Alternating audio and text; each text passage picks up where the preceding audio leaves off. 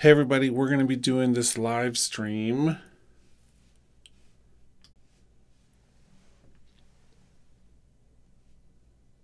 Hey everybody, let's see, I think we're live here with this live stream. We are going to be looking at the new undo feature in 10.4, which is something that has been long overdue, and yet it's not just a simple undo thing. There's actually a couple steps that go along with it. So let's take a peek at what this looks like. And if any of you join, then make sure that you're asking questions, etc. Say hi. Okay, so here we are in Logic. And one thing you should notice right off the bat is that I have no tracks in here. And if you've ever opened up a new session, you'll know that it forces you to have a track. I found that this was kind of an interesting thing with the undo history, that we can actually undo that initial creation, and it slipped by and didn't make me actually create a new one. So let's actually create a new track. Software instrument. You can see now that that shows up in the undo history. So with the undo thing now, here's the new parameters, the mixer and plugins. So let's actually add a new instrument. We don't need to do too much with this, but I just want to show you how this is going to work. So before, what we had to do if we wanted to make changes on here, so I'm going to make a change to the shape.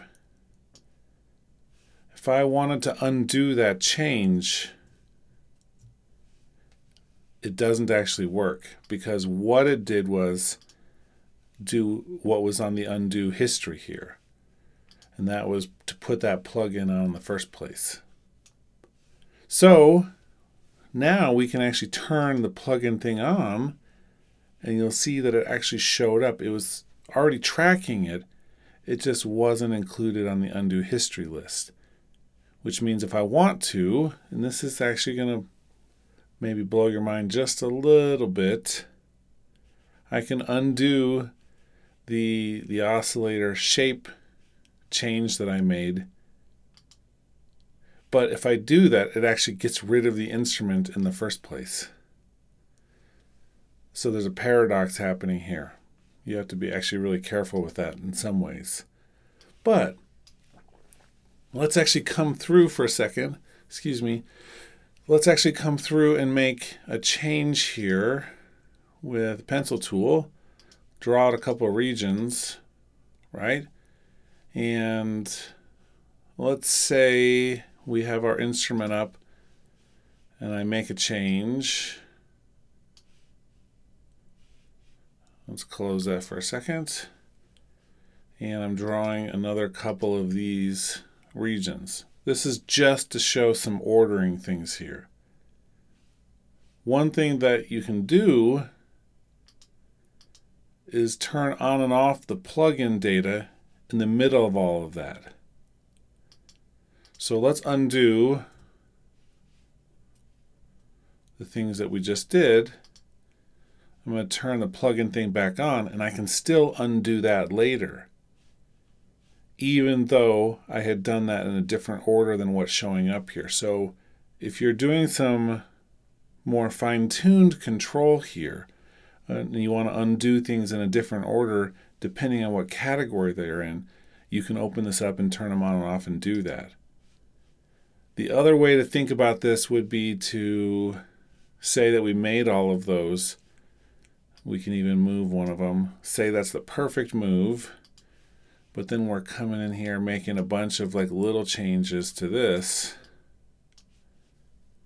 What we have now, if we have the plugin turned on and I actually want to undo this move, if I start undoing things, it's going to undo all my plugin changes, but I can actually turn this off, undo the move of the region, turn the plugins back on, and then still undo some of those later. So there's more finesse here in terms of what we can actually do with our undos. Now, going into the mixer, it's turned on right now. Before, if we made a fader change, we couldn't actually undo that either.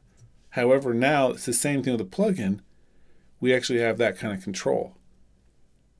Okay, so it seems simple.